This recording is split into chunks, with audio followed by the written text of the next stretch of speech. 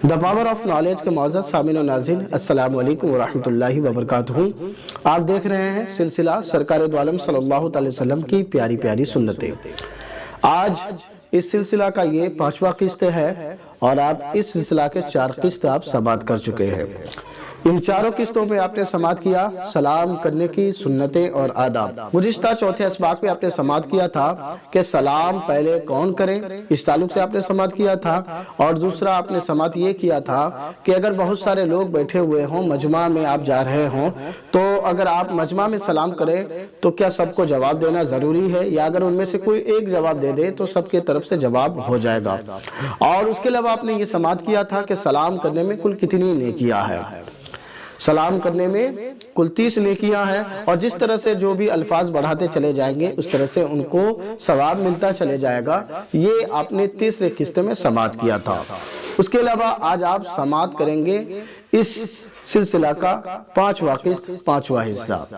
چوتھے قسط میں آپ نے سماعت کیا تھا کہ سلام کرنے میں پہل کون کرے۔ اس کے بعد آپ نے سماعت کیا تھا کہ مجمع لگا ہوا ہے، بہت سارے لوگ بیٹھے ہوئے ہیں، ایک آدمی آ کر کے سلام کہتا ہے تو کیا سب کو جواب دینا ضروری ہے، یا ان میں سے ایک جواب دے دے تو سب کی جانب سے جواب ہو جائے گا۔ یہ ساری گفتگو آپ نے چوتھے بھاگ میں آپ نے سماعت کیا تھا۔ اور اس کے علاوہ آپ نے چوتھے قسط میں یہ بھی سماعت کیا تھا کہ سلام کرنے کے اندر کتنی نیکیاں رکھی گئی ہے۔ یہ ساری چیزیں آپ نے سماعت کر چکے ہیں۔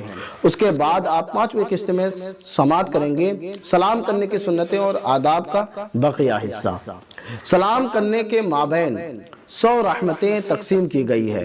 پہل کرنے والوں کو 90 رحمتیں ملتی ہے، اور جو بعد میں جواب دیتا ہے اس کو 10 رحمتیں ملتی ہے۔ جیسا کہ ہمارے پیارے آقا محمد مصطفیٰ صلی اللہ علیہ وسلم نے ارشاد فرمایا کہ جب 2 مسلمان بھائی آپس میں ملتے ہیں، باہمی ملاقات کرتے ہیں، تو ان دونوں کے مابین 100 رحمتیں رکھی جاتی ہے سلام کرنے میں۔ تو جو سلام کرنے میں پہل کرتا ہے وہ 90 رحمتیں حاصل کرتا ہے، اور جو شخص جواب دیتا ہے وہ صرف 10 رحمتیں حاصل کرتا ہے۔ اور یہ حدیث کیمیائے سعادت میں ہے۔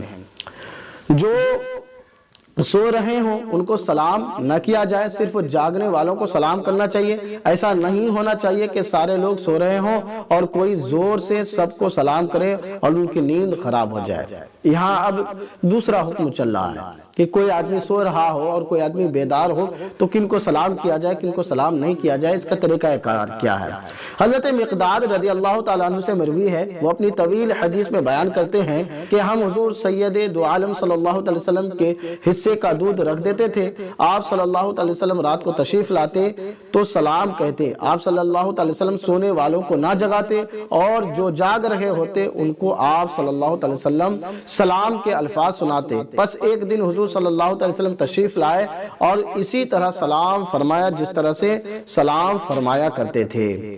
اس کے بعد اب ہمیں یہ جاننا ضروری ہے کہ بہت سارے آدمی سو رہے ہوں، کوئی آدمی بیدار ہوں، تو کن کو سلام کیا جائے، کن کو سلام نہیں کیا جائے۔ کیا سونے والوں کو سلام کرنا درست ہے، یا سونے والوں کو سلام کرنا چاہیے یا نہیں چاہیے، اس تعلق سے ہم سماعت کریں۔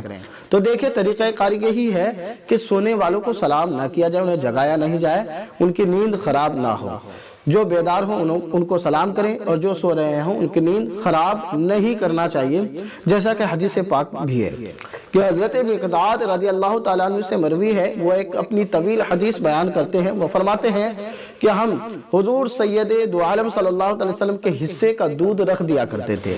آپ صلی اللہ علیہ وسلم چونکہ رات کو تشریف لے کے آتے تھے تو سلام کہتے تھے، تو جو سونے والے ہوتے تھے ان کو آپ سلام نہیں کرتے، نہ ان کو جگاتے۔ جو جاگ رہے ہوتے یا بیدار ہوتے ان کو آپ صلی اللہ علیہ وسلم سلام کے الفاظ سناتے۔ پس ایک دن حضور صلی اللہ علیہ وسلم تشریف لائے اور اسی طرح سے سلام فرمایا جس طرح سے پہلے سلام کیا کرتے تھے۔ یعنی آپ صلی اللہ علیہ وسلم کی عادت کریمہ یہ تھی کہ جو جاگ رہے ہوں آپ صرف انہی کو سلام کہتے تھے، اور باقی لوگ جو سو رہے ہوتے تھے ان کی نیند آپ خراب نہیں کرتے تھے۔ تو اس حدیث پاک سے ہم کو سیکھ ملتا ہے کہ ہم بھی کسی کی نیند خراب نہ کریں، جاگنے والوں کو ہی سلام کریں اور سونے والوں کو بیدار نہ کریں۔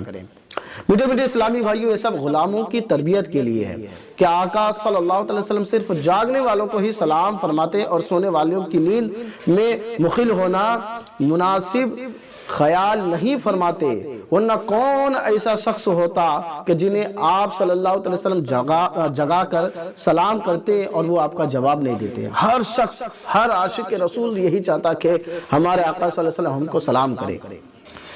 یا ہم آقا کریم صلی اللہ علیہ وسلم کو سلام کریں، ان کی زیارت تو کم سے کم ہو جائے؟ کیا ذرا مجھے یہ بتائیں کہ ہمارے آقا کریم صلی اللہ علیہ وسلم کسی کو سلام کرتے اور وہ سو رہے ہوتے، تو کیا ایسا ہوتا کہ وہ جاگنے کے بعد ناراض ہو جاتے؟ بلکہ نہیں، قدموں میں گر پڑ جاتے۔ لیکن پھر بھی آپ صلی اللہ علیہ وسلم کسی کو نہیں جگاتے۔ وہ جانتے تھے کہ ہم جگائیں گے تو یہ ناراض نہیں ہوں گے، بلکہ ان کا قسمت کا ستارہ بلند ہو جائے گا، یہ خوش ہو جائیں گے۔ لیکن آپ صلی اللہ علیہ وسلم کسی کی نیند کو خراب نہیں کرنا چاہتے تھے۔ اس سے ہمیں سیکھ ملتا ہے، سبق ملتا ہے کہ ہم کو بھی کسی کی نیند نہیں خراب کرنی چاہیے، چاہے شور و غل کے ذریعے سے ہو، چاہے سلام کے ذریعے سے ہو، یا کسی بھی معاملات ہو، کسی کی نیند خراب نہیں کرنا چاہیے۔ یہی تربیت ہمارے آقا صلی اللہ علیہ وسلم نے ہم کو دیا ہے۔ جو سلام سے پہلے کلام کرے اس کی بات کا جواب دینا چاہیے یا نہیں دینا چاہیے، اب اس تعلق سے ہم کو سماعت کرنی ہے۔ یعنی سلام نہیں کر رہا، بات شروع کر دے رہا ہے، تو اب کیا کرے؟ حضور تاجدار مدینہ صلی اللہ علیہ وسلم کا فرمان عالی شان ہے، جو آدمی سلام کہنے سے پہلے ہی گفتگو شروع کر دے تو اس کی باتوں کا جواب نہ دو جب تک پہلے سلام نہ کرے۔ یہ حدیث بھی کیمیائے سعادت میں لکھی ہوئی ہے۔ کوئی شخص سلام کرنے سے پہلے بات کر رہا ہے تو جواب نہ دے، پہلے آپ خود ہی بڑھ کر کے سلام کر دے، پھر ان کو بتایا کہ نہیں، طریقہ کار یہی ہے کہ پہلے سلام کیا جاتا ہے پھر بات کیا جاتا ہے نا۔ لیکن یہاں پر جو ہے نا، نرمی اور سنجیدگی کو سامنے رکھنا چاہیے۔ یہ نہیں کہ گرجدار آواز میں کڑک کر کے آئے تو نے سلام نہیں کیا اور بات شروع کر دیا، اس طرح سے نہیں۔ لہجہ ہمارا نرمی ہونا چاہیے، درست لہجے کے ساتھ، کیونکہ اگلے کو ہم سکھانا چاہتے ہیں نا، تو ہمارا لہجہ بھی بہت مدنی لہجہ ہونا چاہیے، کسی کی دل آزاری نہیں ہونا چاہیے، پیار سے کہنا چاہیے بھائی پہلے سلام کیجئے پھر اس کے بعد بات کرتے ہیں۔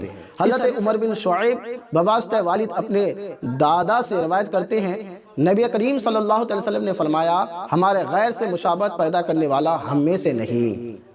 یہود و نصارہ کے مشابہ نہ بنو، یہودیوں کا سلام انگلیوں کے اشارے سے ہے اور عیسائیوں کا سلام ہتھیلیوں کے اشارے سے ہے۔ یہ یہودی اور عیسائیوں کا طریقہ ہے، اشارے سے، انگلیوں سے، ہاتھ سے سلام کرنا۔ یہ حدیث ترمذی شریف کی حدیث ہے۔ جی ہاں، ہمیں ہاتھ کے اشارے سے یا ہتھیلی سے ہمیں یا انگلی سے ہمیں سلام نہیں کرنا، بلکہ السلام علیکم زبان سے سلام کریں، کہ یہی سنت ہے۔ انگلیوں سے، ہاتھ کے اشارے سے سلام کرنا یہ یہود و نصارہ کا طریقہ ہے۔ میٹھے میٹھے اسلامی بھائیو، سلام کے بجائے صرف ہتھیلی اٹھا دینے کی بیماری تو بالکل ہی عام ہے، بلکہ بچہ تھوڑا سا سمجھدار ہوتا ہے تو والدین بھی اسے ہتھیلی اٹھانا ہی سکھاتے ہیں۔ جی ہاں، ہمیں سنت سکھانا چاہیے، بلکہ ہم خلاف سنت ان کو سکھاتے ہیں شروع سے ہی۔ تو ظاہر سی بات ہے کہ بڑے ہو کر کے وہ ایسے ہی کریں گے، اور جب ان کے بچے ہوں گے تو وہ ایسے ہی کریں گے۔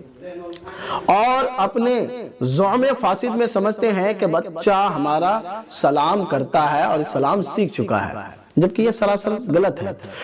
اور اس کا اظہار یوں ہوتا ہے کہ جب کوئی مذہبی شخص آ جائے یا پیش امام سے ملاقات ہو جائے تو باپ بچے سے کہتا ہے بیٹا مولانا صاحب کو سلام کرو، تو پھر وہ کیا کرتے ہیں، ہاتھ اٹھا کر کے سلام کرتے ہیں اور باپ خوش ہو جاتا ہے، جبکہ سلام کا یہ غلط طریقہ ہے۔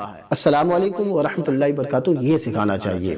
تو میرے پیارے اور محترم اسلامی بھائیو، آج ہم نے سماعت کیا کہ سلام ہم کو کرنا کس طرح سے ہے، سلام کا طریقہ کار کیا ہے، اور باقی ہم نے یہ بھی سماعت کیا کہ کوئی اگر شخص سلام کیے بغیر بات کرے تو ان کے ساتھ ہم کو کیا برتاؤ کرنا ہے، اور اس کے بعد ہم نے سماعت کیا کہ سلام کے مابین کتنے رحمتیں ہوتی ہیں، اور ہم نے یہ بھی سماعت کیا کہ جاگنے والوں کو سلام کرنا ہے، سونے والوں کو سلام نہیں کرنا۔ آگے ہم اگلے قسط میں سماعت کریں گے کہ کن کو سلام کرنا چاہیے، کن کو سلام نہیں کرنا چاہیے، کافر سلام کر دے تو کیا کریں، اور کافر کو سلام کرنا چاہیے یا نہ چاہیے، مشرک کو سلام کرنا چاہیے یا نہ چاہیے، اس تعلق سے ہم گفتگو کریں گے۔ آپ سے گزارش کروں گا ناظرین اس ویڈیو کو زیادہ سے زیادہ شیئر کریں تاکہ وہ بھی ان طرح کے مفید باتوں سے مستفید ہو سکے۔ فقط السلام علیکم ورحمۃ اللہ وبرکاتہ۔